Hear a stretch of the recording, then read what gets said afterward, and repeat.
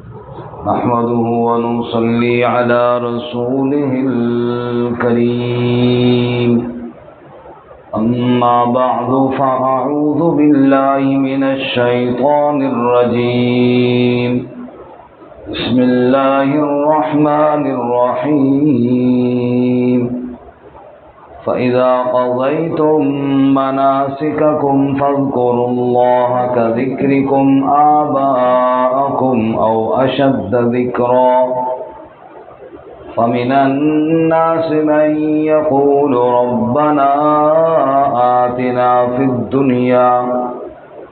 الدنيا وما له في الآخرة من خلاق ومنهم من يقول ربنا آتنا في الدنيا حسنة وفي الآخرة حسنة وقنا عذاب النار أولئك لهم نصيب مما كسبوا والله سريع الحساب سبحان ربك رب العزة عما يصفون وسلام على المرسلين والحمد لله رب العالمين اللهم صل على سيدنا ومولانا محمد وعلى آل سيدنا ومولانا محمد وعلى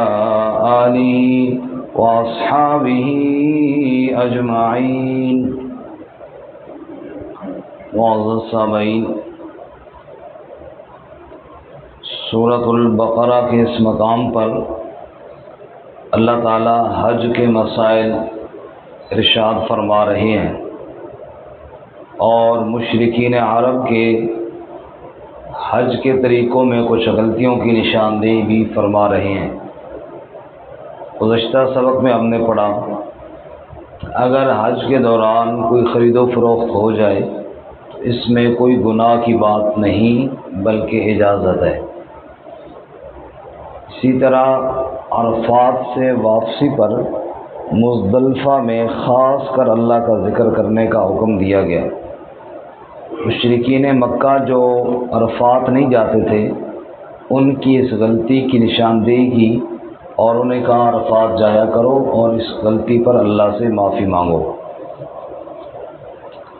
آج کے سبق میں بھی یہی مسائل ہیں، اور جیسا کہ میں نے کل عرض کیا تھا کہ عرفات سے واپسی پر مزدلفہ میں مشرکین جمع ہو جاتے اور رات کو ایک بڑی محفل سجتی جس میں شعر و شاعری اور اپنے بڑوں کے قصے اور کارنامے بیان کیے جاتے، اس سے خاص کر منع کیا گیا آج کے سبق میں۔ فرمایا فَإِذَا قَضَيْتُم مَنَاسِكَكُمْ، جب تم مناسک حج ادا کر لو، عرفات سے واپس آ جاؤ، یا بعض دفعہ آخر میں سارے اعمال کرنے کے بعد وہ محفل لگا لیتے، بہرحال جب حج کی ادائیگی مکمل ہو جائے تو فَاذْكُرُوا اللَّهَ، ذکر اللہ کا کیا کرو، کَذِکْرِکُمْ آباءَکُمْ، جیسا کہ اپنے بڑوں کا ذکر کرتے ہو۔ بجائے اس کے کہ تم حج مکمل ہوا اللہ کا شکر ادا کرو، تم اپنے دادوں نانوں کے قصے چھیڑ بیٹھتے ہو۔ اس سے باز آ جاؤ، اللہ کو یاد کرو جیسا کہ اپنے بڑوں کو یاد کرتے ہو۔ او اشد ذکرا، بلکہ بڑوں سے بھی اللہ کا ذکر تو سخت اور زیادہ کرنا چاہیے، تو بجائے اس کے کہ کسی اور کا ذکر کرو، ذکر کس کا کرنا چاہیے؟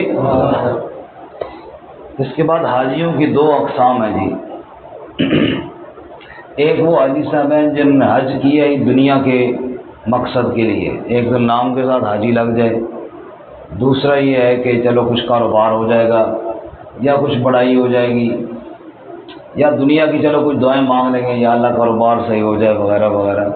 آخرت کے بارے میں تو سوچا ہی نہیں ہے، اس نیت سے تو کیا ہی نہیں ہے کہ آخرت میں بھی کوئی اجر ملے گا اور حج میرے اوپر فرض ہے، اس طرف دھیان ہی نہیں کیا، بس صرف دنیا کو سوچ کر ہی حج کیا۔ تو اللہ کہتے ہیں بس پھر انہیں آخرت میں اجر بھی کوئی نہیں ملے گا کیونکہ انہوں نے آخرت کی نیت ہی کوئی نہیں کی۔ اصل دوسری قسم حاجیوں کی وہ ہے جو حج میں اللہ سے دنیا بھی مانگتے ہیں اور آخرت بھی مانگتے ہیں، اور ہونا بھی ایسا چاہیے۔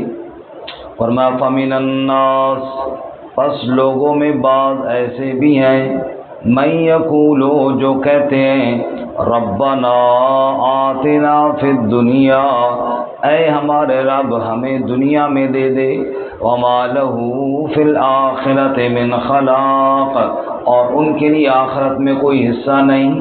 حج کیا، دنیا میں نام بن گیا جی حاجی صاحب، حج کیا، ساتھ کوئی کاروبار کی نیت تھی وہ بھی ہو گیا، نعوذ باللہ گھومنے پھرنے کی نیت تھی وہ بھی ہو گیا، نیت ہی دنیا کی تھی، آخرت کا کوئی ارادہ ہی نہیں تھا، تو آخرت میں کوئی حصہ بھی ان کو ملنے والا، بولو جی، اتنا اونچا عمل کیا کر دیا، ضائع کر دیا۔ اصل دوسری قسم ہے جی، وَمِنْهُمْ مَنْ يَقُولُ، اور بعض ان میں سے ایسے ہیں جو کہتے ہیں ربنا آتنا فی الدنیا حسنہ، اے ہمارے رب ہمیں دنیا میں بھلائی عطا فرما، وفی الآخرۃ حسنہ، اور آخرت میں بھی بھلائی عطا فرما، وقنا عذاب النار، اور بچا ہمیں آگ کے عذاب سے۔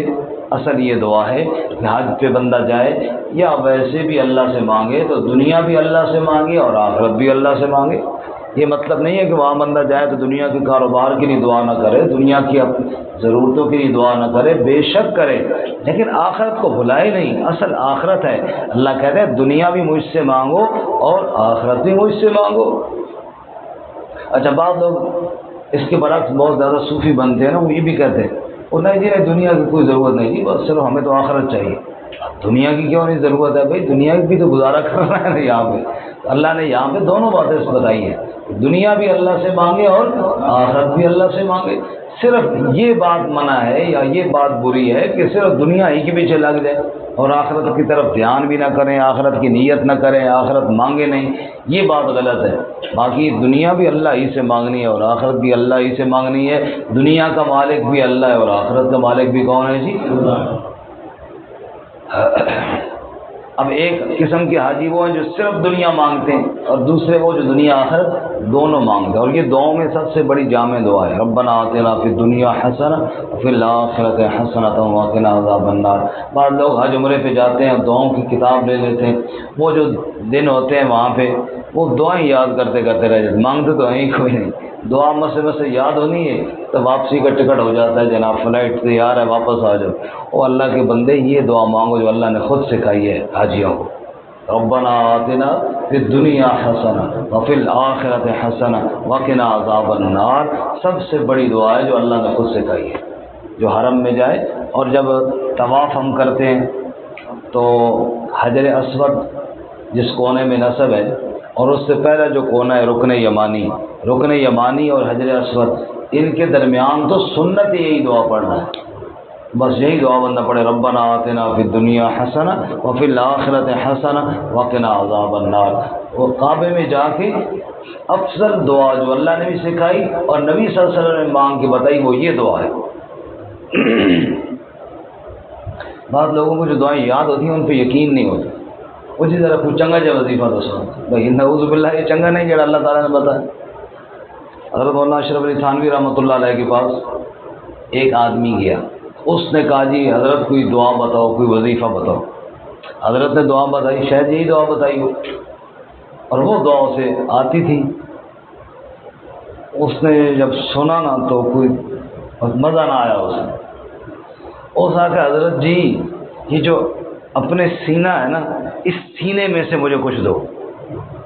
حضرت فرمایا ہاتھ بار کر، سینہ بلغم سے بھرا ہوا ہے، تھوڑا سا نکال کے تجھے بھی دے دیتا۔ ہمارے سینے میں کیا ہے؟ بلغم ہے۔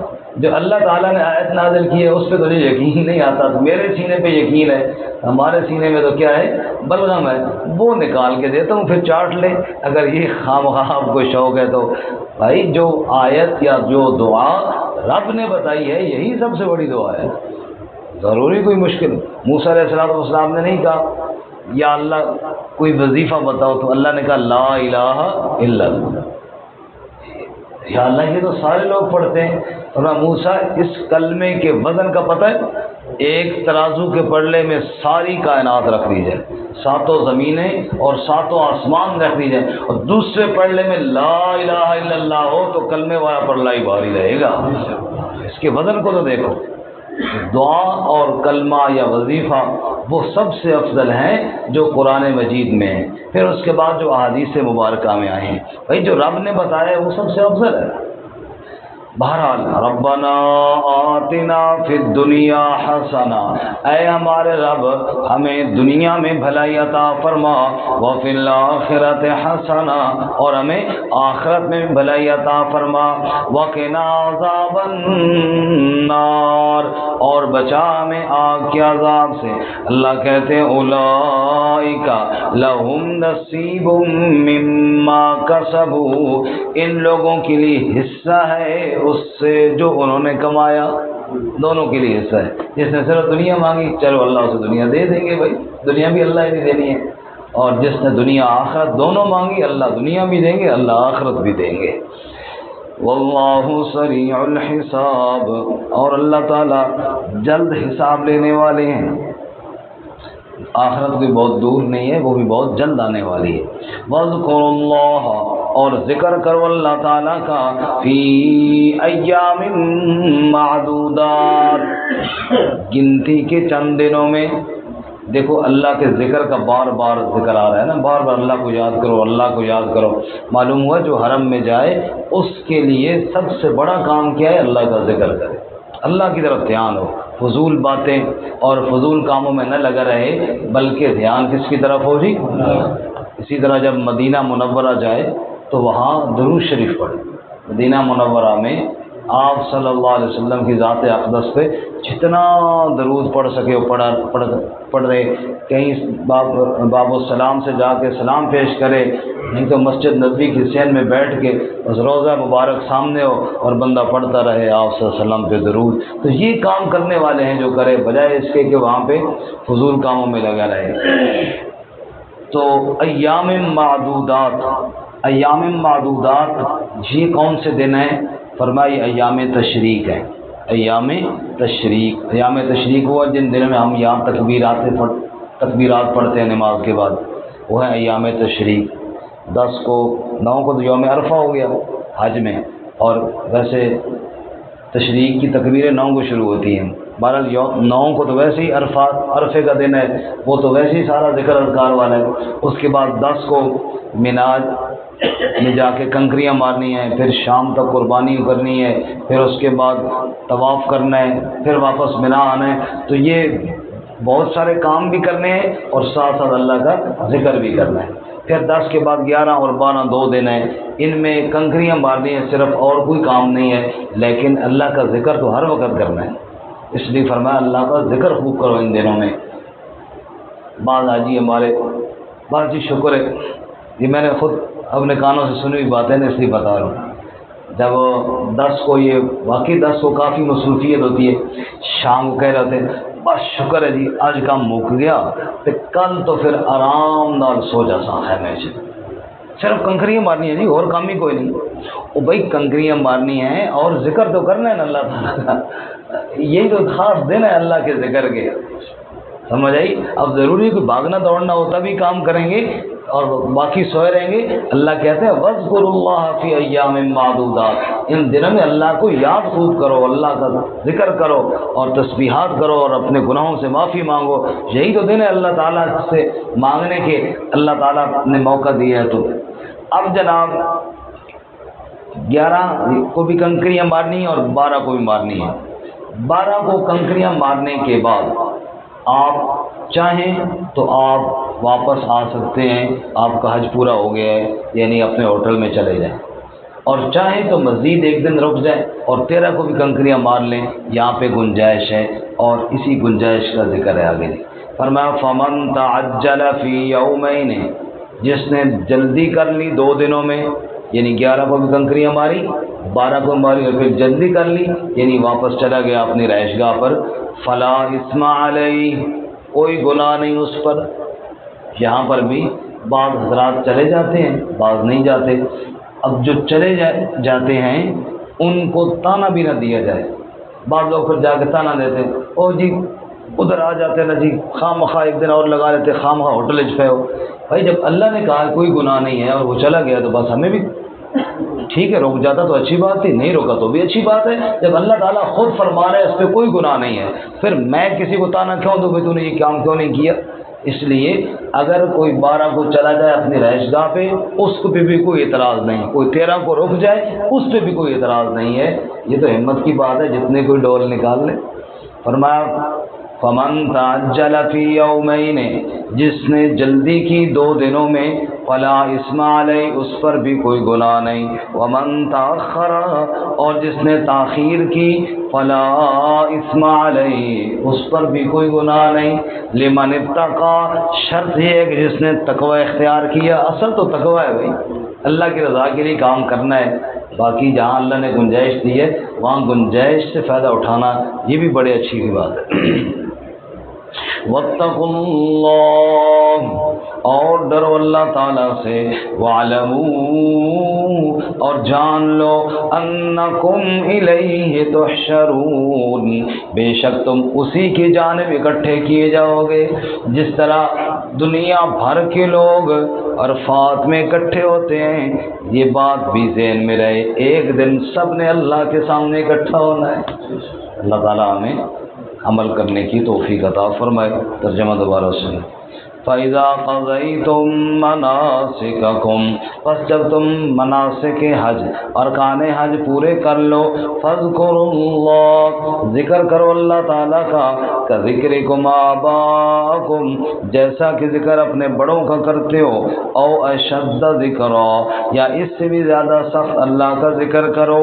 فَمِنَ النَّاسِ، پس لوگوں میں بعض ایسے بھی ہیں، مَن یقول، جو کہتے ہیں، ربنا آتنا فی الدنیا، اے ہمارے رب دے ہمیں دنیا میں، وما لہ فی الآخرۃ من خلاق، اور ان کے لیے آخرت میں کوئی حصہ نہیں۔ ومنہم من یقول، اور بعض ان میں ایسے بھی ہیں جو کہتے ہیں، ربنا آتنا فی الدنیا حسنہ، اے ہمارے رب ہمیں دنیا میں بھلائی عطا فرما، وفی الآخرۃ حسنہ، اور آخرت میں بھلائی عطا فرما، وقنا عذاب النار، اور ہمیں بچا آگ کی عذاب سے۔ اولئک لہم نصیب مما کسبوا، یہ وہ لوگ ہیں ان کے لیے حصہ ہے اس سے جو انہوں نے کمایا۔ واللہ سریع الحساب، اور اللہ جلد حساب لینے والا ہے۔ واذکروا اللہ، اور یاد کرو اللہ کو، فی ایام معدودات، گنتی کے چند دنوں میں، ومن تعجل فی یومین فلا اثم علیہ، اور جس نے جلدی کی 2 دنوں میں اس پر بھی کوئی گناہ نہیں، ومن تأخر، اور جس نے تاخیر کی، فلا اثم علیہ، اس پر بھی کوئی گناہ نہیں، لمن اتقى، اس کے لیے جس نے تقوی اختیار کیا۔ واتقوا اللہ، اور ڈرو اللہ تعالیٰ سے، واعلموا انکم الیہ تحشرون، اور جان لو بے شک